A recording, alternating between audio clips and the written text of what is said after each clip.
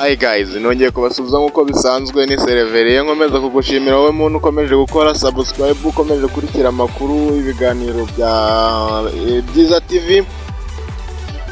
bya Sereveriye hano kuri Ibyiza TV. Uyu munsi nkuzaniye amakuru y'ikipe ya APR FC aho yaraye itsinze ikipe ya Bugesera ibitego 2-0. Nkuzaniye amakuru avugwamo, noneho nkuzaniye uko umwuka uhagaze muri iki gitondo. Uzaniye amakuru arimo aracashishikana mu ikipe ya APR FC ndetse no ku mukino w'ikipe ya APR FC na ikipe ya Bugesera waraye ubaye.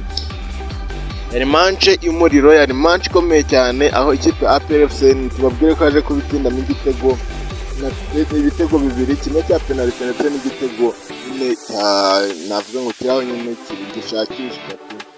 Nanone mbabwire ko ikipe ya APR FC harimo kuvugwamo umweyo ukomeye cyane, umweyo urimo kuvuza ubuhuha mu ikipe